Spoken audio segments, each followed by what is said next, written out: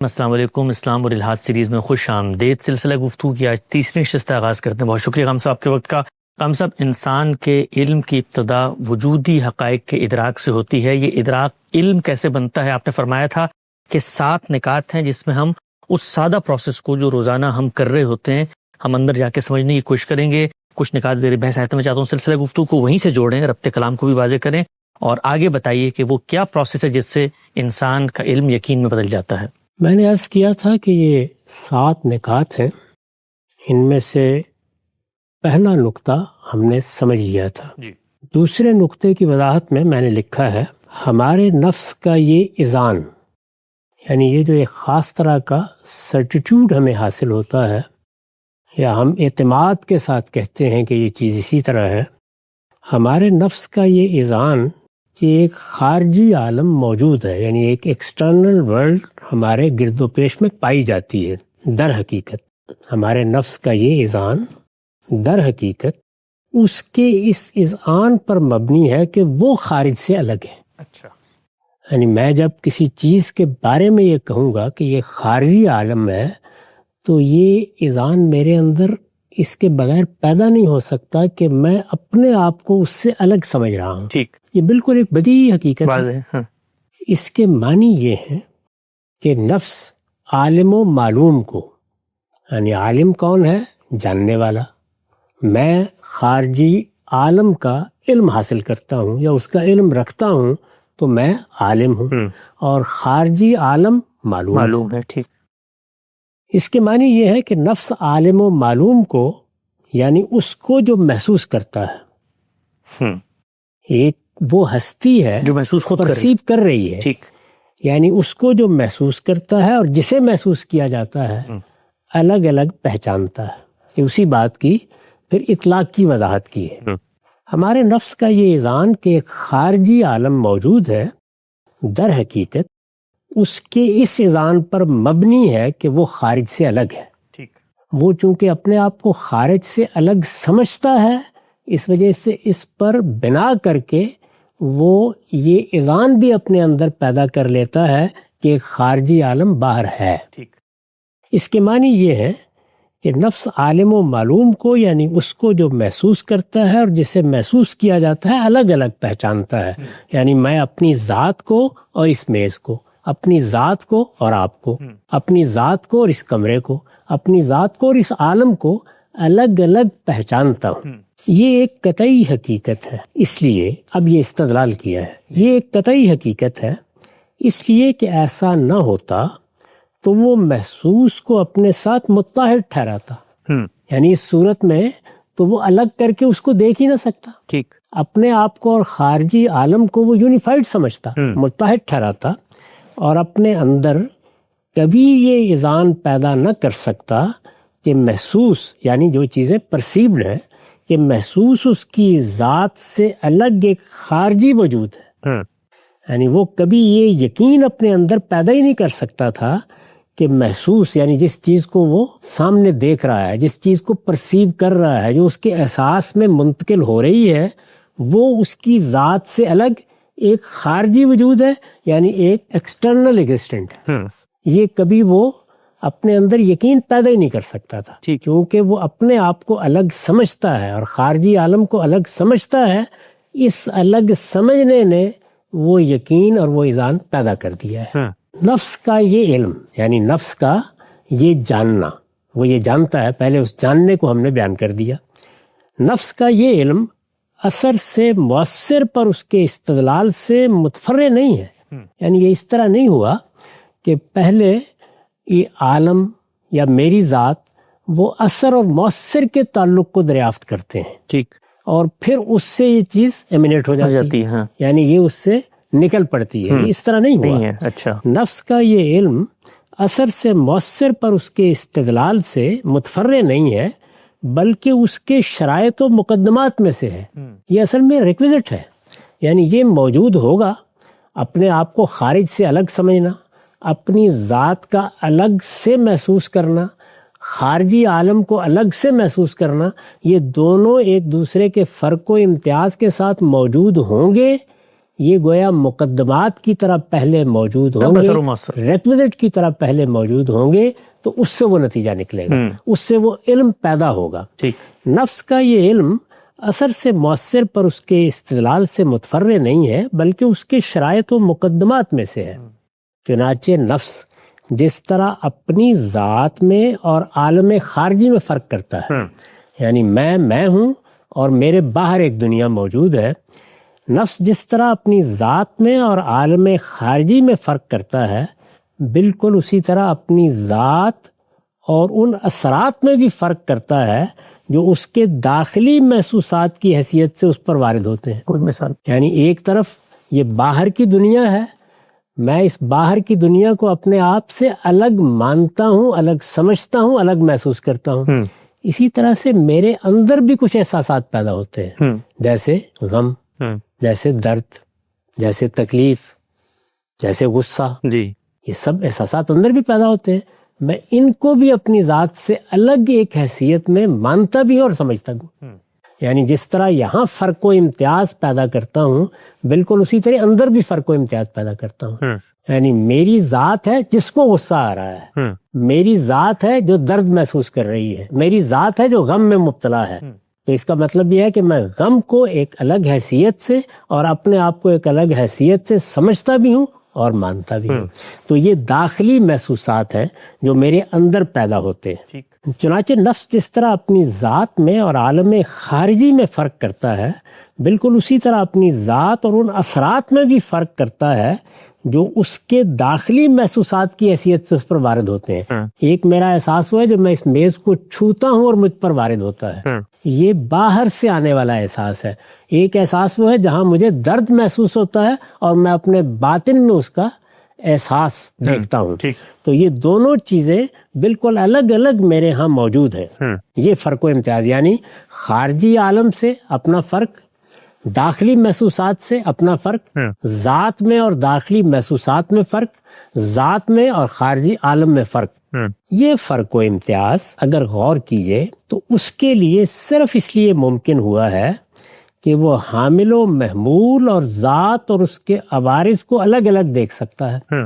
یعنی جب میں اپنے آپ کو موضوع بناتا ہوں، مثال کے طور پر میرا نام زید ہے اور زید کے بارے میں آپ کو یہ اطلاع دیتا ہوں کہ زید کالا ہے، زید زرد نسل سے تعلق رکھتا ہے، اپنے بارے میں ایک اطلاع دے رہا ہوں، تو اس میں میرا تعلق پیدا ہوا ہے موضوع اور محمول کا، سبجیکٹ اور پریڈیکیٹ کا۔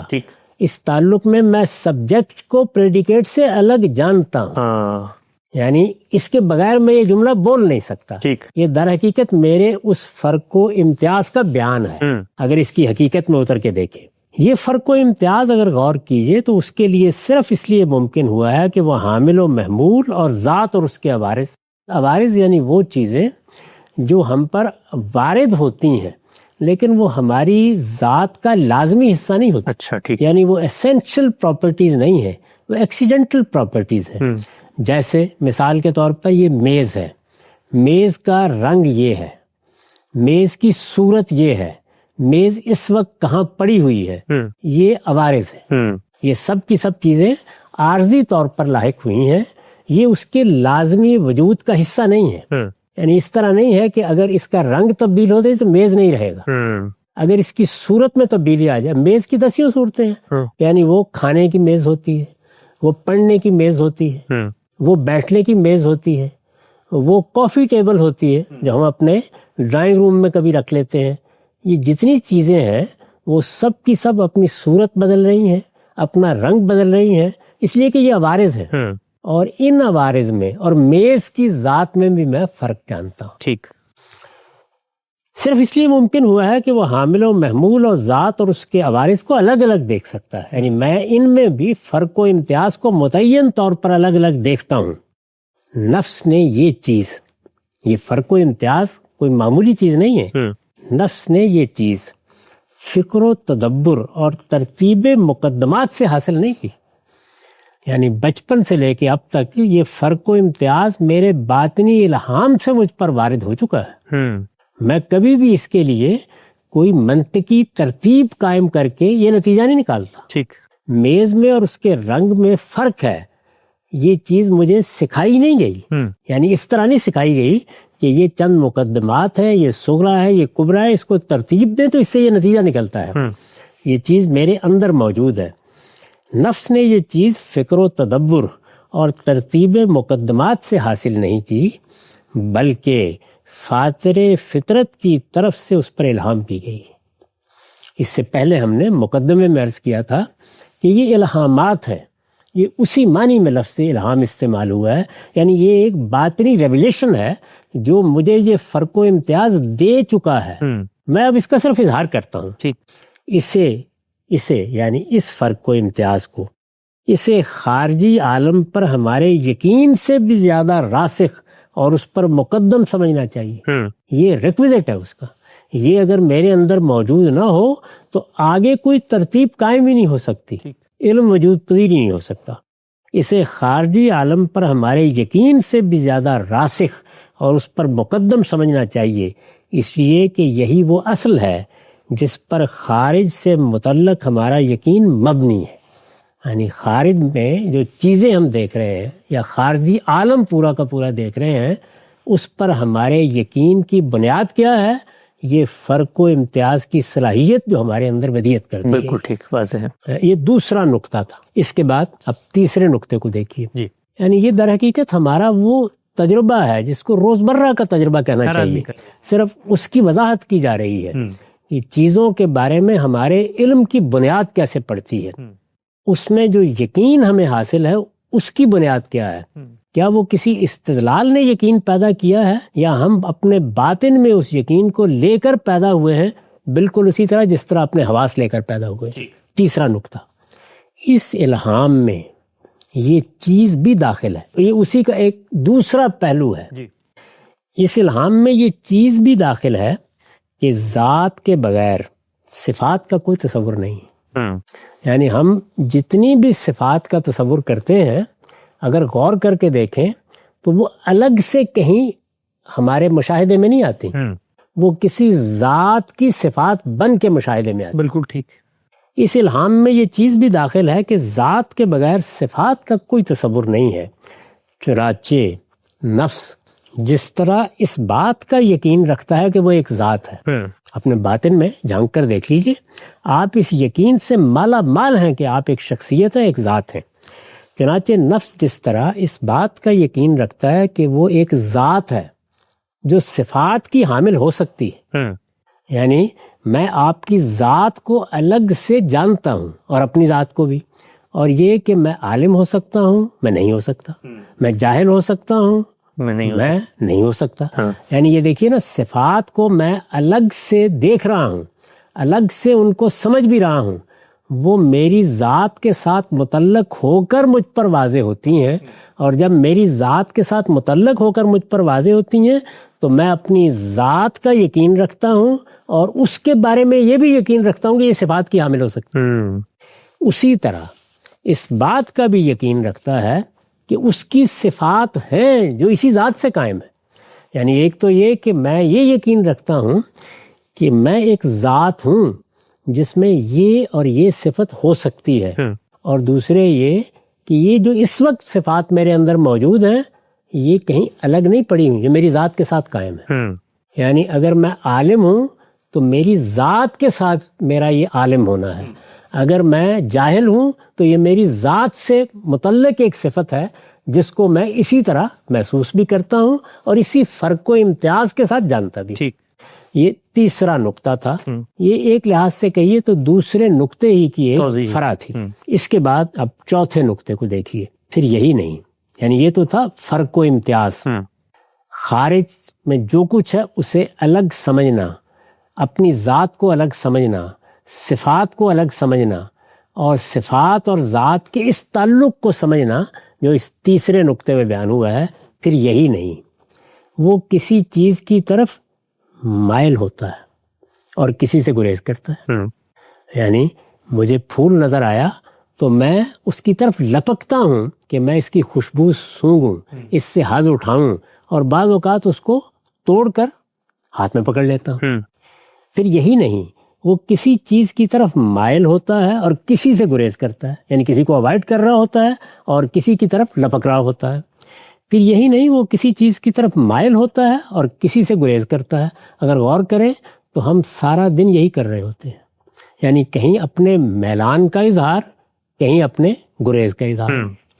پھر یہی نہیں، وہ کسی چیز کی طرف مائل ہوتا ہے اور کسی سے گریز کرتا ہے۔ اسی طرح کسی معاملے پر حسن اور کسی پر قبح کا حکم لگاتا ہے۔ کسی چیز کو وہ کہے گا کہ یہ تو بالکل ہی بدصورت، اس سے تو نفرت محسوس ہوتی ہے، اور کسی چیز کی داد دے رہا ہوگا، یعنی کیا خوبصورت چیز ہے۔ اور خوبصورتی کے دسیوں پہلو ہیں جن کو وہ الگ الگ بیان کر رہا ہے، یعنی شعر کسی اور طریقے پر خوبصورت ہے، موسیقی کسی اور طریقے پر خوبصورت ہے، کرسی کسی اور طریقے پر خوبصورت ہے، انسان کسی اور طریقے پر خوبصورت ہے۔ تو ایک حسن اور خوبصورتی کو اگر آپ لے لیں تو وہ ہر پہلو سے اس کی طرف اپنے فرق و امتیاز کے اسی علم کا اظہار کر رہا ہے۔ پھر یہی نہیں، وہ کسی چیز کی طرف مائل ہوتا ہے اور کسی سے گریز کرتا ہے۔ اسی طرح کسی معاملے پر حسن اور کسی پر قبح کا حکم لگاتا ہے، یعنی فلاں چیز اگلی ہے۔ یہ کیوں ہے؟ صرف اس لیے کہ وہ ترک و اختیار اور مرغوبات و مکروہات میں امتیاز کر سکتا۔ پہلے ہم نے کیا سمجھا؟ وہ شے اور شے میں امتیاز کرتا ہے۔ اب کیا ہے؟ وہ یہ ہے کہ وہ جب کسی چیز کی طرف مائل ہوتا ہے تو اس کو اختیار کرتا ہے، وہ کسی چیز سے گریز کرتا ہے تو اس کو ترک کرتا ہے۔ تو ترک کیا ہے؟ اختیار کیا ہے؟ یعنی کسی چیز کو لے لینا کیا ہے، کسی چیز کو چھوڑ دینا کیا ہے۔ اور کوئی چیز میرے لیے مرغوب ہے یا من جملہ مرغوبات ہے، مجھے بہت پسند ہے، میں اس کی طرف رغبت رکھتا ہوں۔ کوئی دوسری چیز میرے لیے کراہت کا باعث بن رہی ہے، وہ میرے لیے من جملہ مکروہات ہے، صرف اس لیے کہ وہ ترک و اختیار اور مرغوبات و مکروہات میں امتیاز کر سکتا اور اختیار و تصرف کا یقین رکھتا ہے۔ یعنی میں نہ صرف یہ کہ یہ بات جانتا ہوں کہ چھوڑ دینا کیا ہے اور اختیار کر لینا کیا ہے، نہ صرف یہ کہ یہ جانتا ہوں کہ چیز پسند آ گئی ہے تو وہ من جملہ مرغوبات کیسے ہوتی ہے، اور وہ ناپسند ہے تو من جملہ مکروہات کیسے ہوتی ہے، اس کے ساتھ میرے اندر اپنے ارادے اور اختیار و تصرف کا بھی یقین ہے۔ یعنی میں لے سکتا ہوں، میں چھوڑ سکتا ہوں، میں پسند کر سکتا ہوں، میں اس سے گریز کر سکتا یا اس کو ناپسند قرار دے سکتا ہوں۔ تو یہ میرے اپنے وجود کے بارے میں میرے ارادہ و اختیار اور میرے تصرف کا یقین ہے۔ میں اگر اس کو چاہوں تو اختیار کر لوں، اگر میں اختیار کرنا چاہوں تو میں اس کو اپنے تصرف میں، اپنے استعمال میں لا سکتا ہوں۔ یہ خوشبو مجھے پسند ہے، یہ میں نے خرید لی ہے اور اب میں اس کو استعمال کروں گا۔ تو آپ یہ دیکھیے، یہ چیزیں اگر آپ تحلیل کر کے دیکھیں تو ترک و اختیار کا یقین، مرغوبات و مکروہات میں امتیاز، اختیار و تصرف کا یقین، یہ میرے اس سارے عمل سے ظاہر ہو رہا ہے۔ اس کی زندگی اسی یقین سے، یعنی میری زندگی کیا ہے، یہ یقین مجھ سے چھن جائے تو آپ جانتے ہیں کیا ہو جاتا ہے۔ آپ نے دیکھا ہے جو لوگ کبھی یادداشت کھو بیٹھتے ہیں، کیا زندگی ہوتی ہے، اس کی زندگی اسی یقین سے ہے۔ وہ اس سے بہرہ مند نہ ہوتا، یعنی یہ یقین وہ لے کے پیدا نہ ہوتا تو اس سے نہ کسی چیز کے لیے جد و جہد متصور ہو سکتی تھی اور نہ کسی فعل کا ارادہ۔ یعنی اگر میں ترک و اختیار میں امتیاز نہیں کر سکتا، اختیار و تصرف کا یقین نہیں رکھتا، تو مجھے یہ بتائیے کہ میں کسی چیز کے لیے جد و جہد کیسے کروں؟ یہ یقین ہے جو مجھے آمادہ کرتا ہے کہ ہاں میں فلاں چیز حاصل کر سکتا ہوں، اور پھر میں اس کے لیے سعی جہد شروع کر دیتا ہوں۔ تو یہ ہو نہیں سکتا تھا کبھی اگر یہ میرے اندر نہ ہوتا۔ اور پھر یہی نہیں، کسی فعل کا ارادہ بھی پیدا نہ ہوتا، کیونکہ فعل کا ارادہ کس وجہ سے پیدا ہوتا ہے؟ یا مائل ہونے کی وجہ سے، یا گریز کرنے کی وجہ سے، یا حسن سمجھنے کی وجہ سے، یا قبح کا فتویٰ لگانے کی وجہ سے، یا ترک و اختیار کا یقین ہے تو ظاہر ہے کہ وہی میرے اندر یہ سعی و جہد کا اور کسی فعل کا ارادہ پیدا کر رہی ہے۔ وہ اس سے بہرہ مند نہ ہوتا تو اس سے نہ کسی چیز کے لیے جد و جہد متصور ہو سکتی تھی اور نہ کسی فعل کا ارادہ۔